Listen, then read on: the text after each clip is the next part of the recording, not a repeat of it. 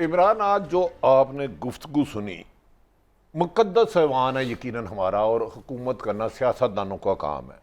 ये जो गुफ्तगू गाली गलोच हुई, क्या ये अपने घर में अपनी फैमिली के सामने मैं और आप कर सकते हैं?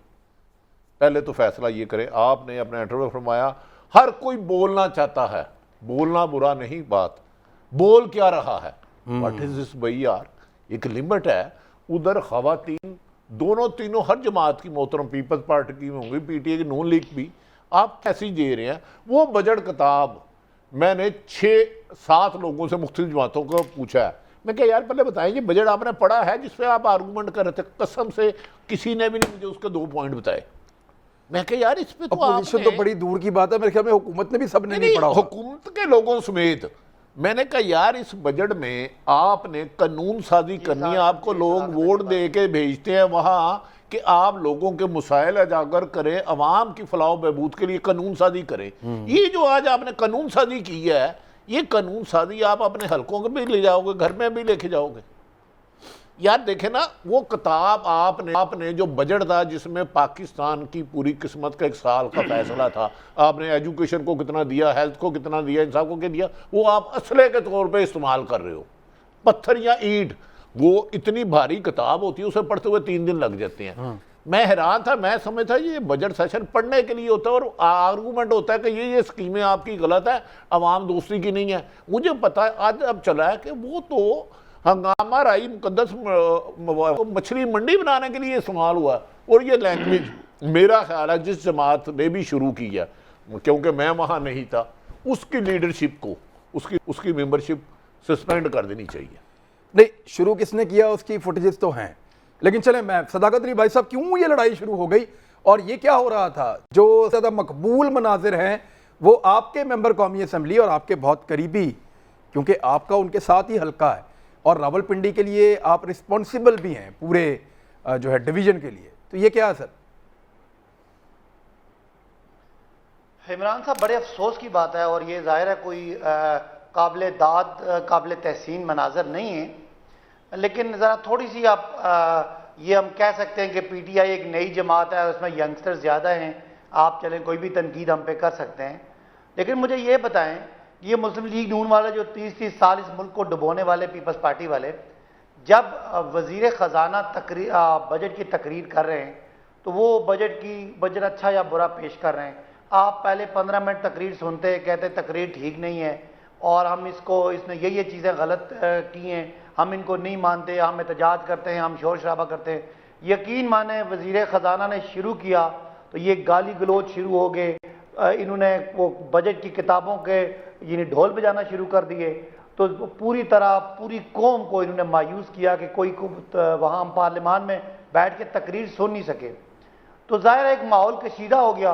अब जब उनकी बारी आई तो वो बड़े साहब हैं शहबाज शरीफ साहब, वो चाहते हैं कि वो तो बादशाह सलामत हैं, वो जितनी मर्जी गाली गलोच करें, जब वो तकरीर फरमाना शुरू करें और अपनी करप्शन की स्टोरियां सुनाना शुरू करें तो सब लोग अमन से बैठ जाए। इससे तो होता नहीं है। दूसरी तरफ भी पाकिस्तानी हैं, हम भी कोई बहुत ही सब्र नहीं, झगड़ा क्या आपका मसला ये है कि इमरान खान साहब को अनइंटरप्टेड बोलने दें, फिर आप उनको भी बोलने देंगे, ये मसला है?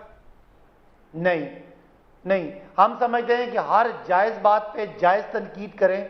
अगर वज़ीर ख़जाना बजट के लिए खड़ा होता है और ये बाजमात खड़े होकर गाली गलोच शुरू करते हैं, वहाँ पे क्या क्या मैं अल्फाज जो मैंने सुने रिपीट नहीं कर सकता, तो आपका क्या ख्याल है?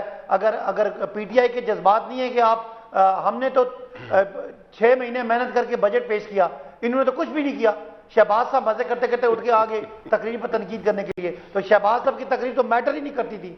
हुकूमत की तकरीर ना पार्लियामेंट, देखिए जो हुकूमत का मौके पता नहीं, अगर आपने आप बदल लिया हो तो बदल लिया हो, लेकिन मुझे जो आपका मौके पता था वो ये था कि अगर इमरान खान को नहीं बोलने देंगे तो फिर हम किसी को भी नहीं बोलने देंगे। ये आपकी पार्टी की पॉलिसी थी। नहीं, ये कि आप हमारे कायदे अवाम को नहीं बोलने देते तो आप कैसे तवक्को कर सकते हैं कि हम आपको बोलने दें? कल तक तो यही था, सब यही कह रहे थे।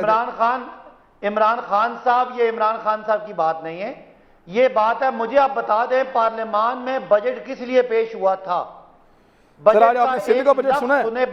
आज आपने सिंध का बजट सुना है सर? करती है। एक मिनट, आज आपने सिंध का बजट सुना है? एक लफ्ज सुने बगैर वहां पे भी शोर मचा दिया आपकी पार्टी ने, और हमेशा ही ऐसे होता है, ये कोई नई चीज नहीं हो रही।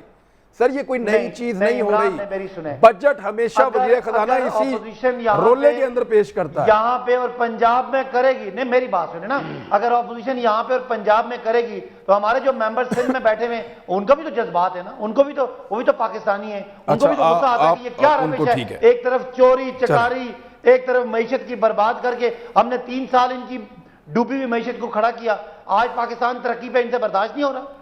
चले मैं निहाल हाशमी साहब से एक बात पूछता हूँ। निहाल हाशमी साहब, मियां नवाज शरीफ साहब माशाल्लाह 3 दफ़ा प्राइम मिनिस्टर ऑफ पाकिस्तान रहे हैं और एक असेंबली में वो ऐसी में प्राइम मिनिस्टर ऑफ पाकिस्तान जिसमें इमरान खान भी MNA मुंतखब होकर आए थे। लेकिन आपको याद है कि PTI 1 साल तो आई नहीं असेंबली में, उसके बाद 4 साल तकरीबन रही है। लेकिन मियां नवाज शरीफ साहब ने कभी तकरीर की हो और ज़बरदस्ती उनको रोक दिया गया हो या शोर मचाया हो, बात ना करने दी गई हो? कोई आपको वाकया याद है ऐसा जो आप करते हैं इमरान खान के साथ? बिस्मिल्लाहिर्रहमानिर्रहीम। मैं इस चीज़ की तवक्को रखता था, बहुत दिनों से पूरी कौम को इंतज़ार था और आज उस बात की तर्जुमानी हो गई कौमी असम्बली में कि 22 साल जिस मुशक्क़त और जिस मेहनत से ये ट्रेनिंग दी गई थी PTI के MNAs को, आज उसका रिजल्ट अवान साहब ने और उनके दोस्तों ने और PTI के दोस्तों ने साबित कर दिया। और अभी इस टीवी शो पे उस ट्रेनिंग साबित कर दी सदाकत अब्बासी साहब ने कि तमाम इल्ज़ाम जो है वो अपोजिशन पे डाल दें। इन्होंने ये बर्दाश्त नहीं किया कि उनके आज की कोताही, गलती, गाली गलोच को टेलीविजन पे डिस्कस किया जाए। वो किस पे लेके चले गए? कायद हिज़्ब इख्तिलाफ जनाब शहबाज शरीफ साहब के तरफ इशारा। क्या शहबाज शरीफ साहब ने वही अल्फाज दोहराए जो परसों अमजद नियाजी साहब कर रहे थे और आज अवान साहब कर रहे हैं? यकीनन नहीं। क्या वही काम किया हमारी MNAs ने जो इनकी वो MNA कर रही थी पोस्टर को फाड़ करके और जिन्होंने इजराइल के कबूलियत के लिए और उसको मंजूर करने के लिए तकरीर की थी? यकीनन नहीं। आप हुकूमत है, आप जिम्मेदार हैं और आप मिसाल ये दे रहे हैं कि आप ऐसा करेंगे तो हम ऐसा करेंगे। बात सारी ये है कि जब इमरान खान साहब थे हमारी पार्लियामेंट में, उन्होंने एक रिवायत डाल दी, वो कंटेनर से उतर के अब तक कौमी असेंबली के माइंड सेट नहीं है, वो आज भी उस पे कंटेनर पे बैठे हैं और वो आज भी उसी अंदाज की तकरीर करते हैं कौमी असेंबली में भी। ना कोई बुर्दबारी है, ना कोई जहानत है, ना कोई शराफत है, ना पार्लियामानी कोई रिवायत है, ना डेमोक्रेटिक लैंग्वेज है, ना अवाम को एड्रेस करने की बात है, ना स्पीकर का वो अंदाज है, ना वो असेंबली की वो चाल है। फिर तो ऐसे ही होगा। और चोर दरवाजों से आप बिलों को पास करना चाहते हैं, जो ऑर्डिनेंस आप लेके आए हैं, बुलडोज करना चाहते हैं। इस कौम को, इस मुल्क को बनाना क्या चाहते हैं?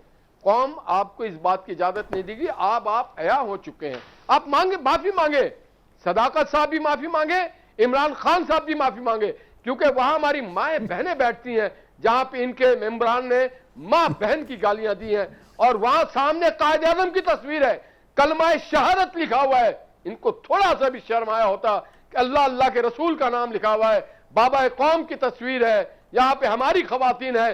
कौम ने हमें जैसी तैसी जिम्मेदारी दी है।